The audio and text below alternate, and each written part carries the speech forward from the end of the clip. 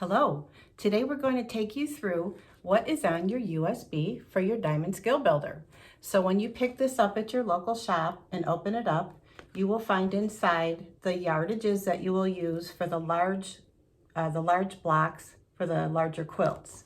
On the back, it's going to tell you about your hoop sizes that you need to have and your file sizes for your different layouts of your Diamond Skill Builder.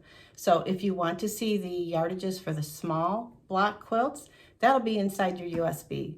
So let's take a look right now and see what's inside your USB. So we're going to take a look at what's on the USB for your Diamond Skill Builder. So when you plug it into the computer and open it up, these are the folders you'll find. In the first folder we have instructions. So we have instructions for the background blocks, blocks 1 through 6. We have finishing instructions if you're making the diamond quilt version, and we have finishing instructions if you're making the strip quilt version. Our next folder is the large blocks. So when I look inside here, these are all the formats that we have: DST, EXP, JEF, PES, VIP, and VP3. And inside each folder, you'll have all the blocks you need to make the Diamond Skill Builder with that particular format. Next, we have the optional wool templates, and we'll go over that in just a minute, but this is a PDF file for all the templates you'll need for the blocks. We have our slideshow folder, that's hard to say, for blocks 1 through 6, and also for the background blocks. And these will give you actual pictures to go along with the words in the instructions.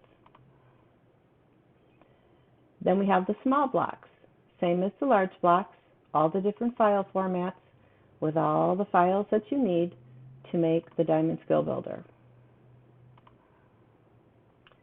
We have a binder cover, we have the fabric and thread key, we have the license agreement, and very importantly, the Open Me First document. And then we have a wool prep. This is a little video where I show you how to prep your wool. So let's talk about our Open Me First document. So it talks about, on the first page, your different layouts and your different block sizes. So you'll want to go ahead and review that. On the second page, there's frequently asked questions. One of them being, how do I decide which layout I want to do? Well, like I mentioned before, the first thing you want to do is decide what size block you're going to be doing. And once you decide that, then you can review the layout options from there. Do you have to use jelly rolls? No, you don't. You can use your stash. You can use a line of fabric that you like. You can make it really scrappy. You can do anything you want.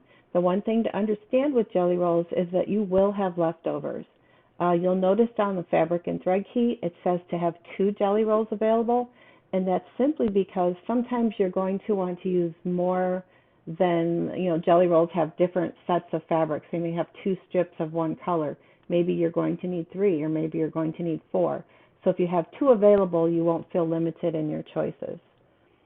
You're going to have to decide what type of backing you want to do. We've got the one-pieced back, which is done after all of your blocks are done, and then we have the pieced back option, and that is done when it's in the hoop. So you want to make a decision there as well. What's Battleizer? Well, Battleizer is our batting and stabilizer combination that we use on our hoop, and it will withstand all the stitching that you're going to be putting on it. A normal batting will require stabilizer added to it, which will add to the expense, and it will also add to the stiffness. So Battleizer will give you a great result, and it will withstand all that quilting. Why would you want to use wool? Well, wool makes a beautiful block. It'll make your quilting stand out. It's not going to add bulk because we make it exactly the size of your diamond block. So I would give it a try. How do you prep the wool? Well, we have a little wool prep video on your USB that you can watch. It's very simple with a hot iron. Doesn't take long at all, and it really is worth the effort. Where can you find the files you need? Well, I'm telling you that right now. So, but here it is in Words too. If you want to review this, it'll tell you where all your folders and files are. So there are slideshows and instructions. Some of us like to read, some of us like pictures. I'm a little combination of both, but pictures it's worth 1,000 words. If you can see what someone is showing you, it's so much easier. Should I print my instructions and slideshows? Well, we recommend that you print your instructions so you can make notes on it. However, you can maybe have your slideshow on a computer nearby so you can just review it. Because there's a lot of color photographs in there, it'll take quite a bit of ink.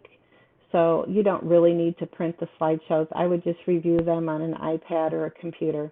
It'll just make it much easier for you, but have your instructions nearby so you can write down your fabric colors, your thread colors, and any notes that you might want to make. Where should you start? Well, you should start with block 1 because as we go on the Diamond Skill Builder, you're going to learn some new sets of skills and then apply them to the next blocks. This is called Diamond Skill Builder. What will I learn?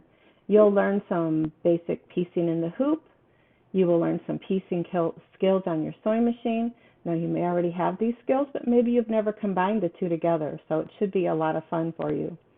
Blocks 4, 5, and 6 all have a pinning technique, and this is a digitized pin that we put in there to help you hold your pieced fabric in the correct place.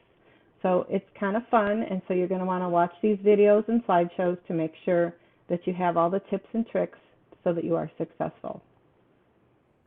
So that about wraps it up what's on your USB for your Diamond Skill Builder. You might want to go ahead and print up your binder cover and all your instructions and get them ready to go. And next week we're going to talk about our fabric and thread key. So we'll take you through this document and what you will learn when you look at this, such as what fabrics you need. See you next week.